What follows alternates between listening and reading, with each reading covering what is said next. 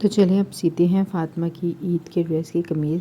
तो मैंने इसका गला जो है वी शेप का बनाया था और उसके ऊपर जो है ना ये लेस मैंने अटैच की थी। लेस जो है ना सबसे पहले मैं UHU से लगाऊंगी, क्योंकि ये कपड़ा ऐसा है जिससे ना लेस जो जब स्टिचिंग कर रहे होते हैं ना तो ये कपड़ा आगे पीछे होता है, तो लेस अगर चिपकी हुई होगी ना तो ईज़िली जो है ना मैं इसकी स्टिचिंग कर सकूँगी।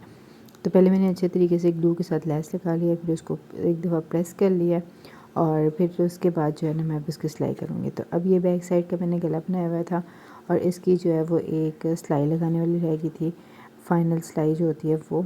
तो अब पहले ये गला कंप्लीट करूँगी, फिर उसके बाद जी मैं फ्रंट वाला जो गला था ना उसकी सारी सिलाइयाँ जो है वो पक्की कर रही थी। पहले ग्लू से लगाया हुआ था, तब जो है ना इसे मशीन के साथ जो है वो सारा पक्का कर रही थी ताकि इसकी ग्लू जो है ना वो उतर ना जाए।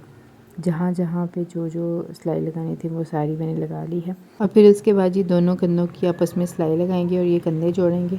कंधे जोड़ने के बाद जो है ना फिर मैंने बाजू पे लेस लगाई। बाजू की कटिंग पहले कर ली हुई थी, बाजू पे अब लेस लगाते हैं। तो यहाँ पे जो है मैंने ग्लू ही लगाई, क्योंकि ये सीधी सीधी लगानी थी तो इस पर ग्लू लगाने की ज़रूरत नहीं थी। तो दोनों साइडों पे इसकी अच्छे से सिलाई कर ली है।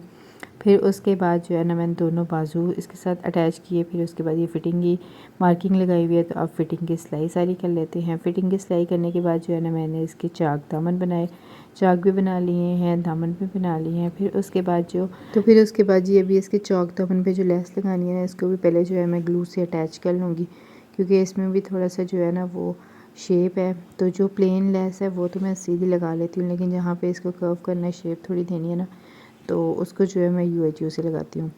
तो इसी तरह जो है ना मैं इसके चाक दामन पे जो है वो फुल ये लेस लगा दूँगी और सिर्फ आगे वाली साइड पे लगानी है, पीछे वाली साइड पे नहीं लगानी।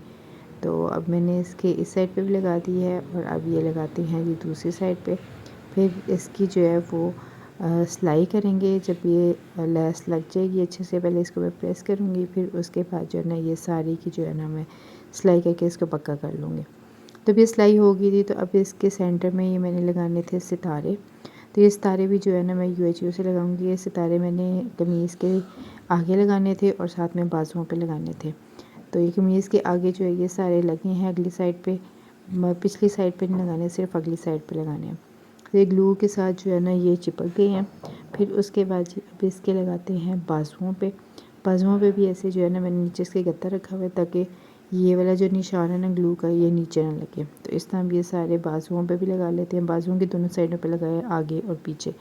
तो ये जी मेरी बेटी की ईद की ड्रेस की कमीज़ तैयार है। तो ये देखिए फाइनल लुक है उसकी।